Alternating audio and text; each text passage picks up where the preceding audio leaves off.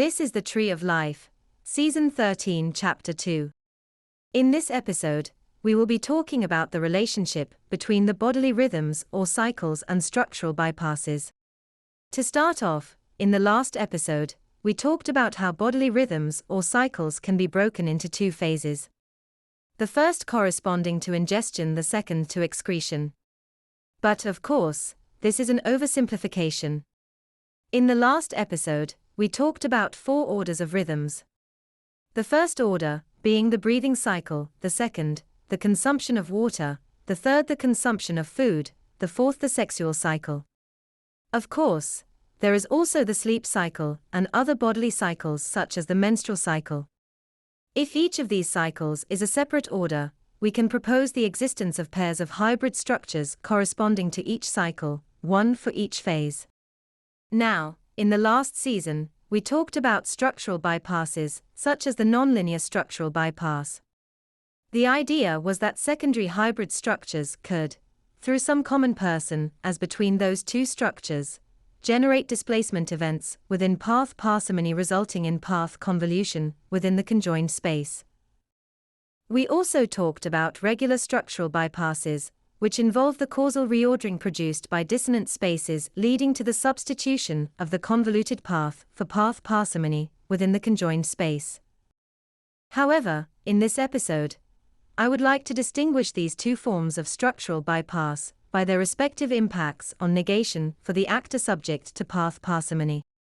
What we see is that hybrid structures, with some negational component, exists at the beginning of each phase of the cycle. That is to say, that for some rhythm, in the first phase ingestion is affirmed, excretion negated, and for the second phase, the reverse. Which is to say, that there is a negational component with respect to dialectical impulses in each phase. I would posit that what we see is that with regards to nonlinear structural bypasses, the impact of the displacement event is the attenuation, or flipping of phase within the cycle. Which is to say that the secondary hybrid structure somehow catalyzes the transformation of one chiral structure and one phase to the other. In other words, these nonlinear displacement events represent some interference within the ordinary oscillation of phases within a cycle. From this we see that in the ordinary course, rhythms represent stable oscillations, which are perturbed by secondary structures. Likewise, we see that late expression of a particular impulse requires that they not be expressed or flipped by the nonlinear displacement event. In other words, impulses acquire potency for affirmation through negation. When that negation is undermined by the oscillation caused by a nonlinear displacement event, the result is a lack of expression of the underlying impulse. In other words, nonlinear displacement events represent expression via structural adjustment. Which is to say, the negated impulse is expressed within the nonlinear space, resulting in its elimination from path parsimony. But unlike regular structural bypasses, which preserve expression of the impulse within the convoluted path, nonlinear bypasses do not preserve that expression within the history of the conjoined space. To put it in plainer terms, nonlinear structural bypasses eliminate the negation underlying the phase, whereas regular bypasses preserve expression within the convoluted path, even when it is missing from path parsimony.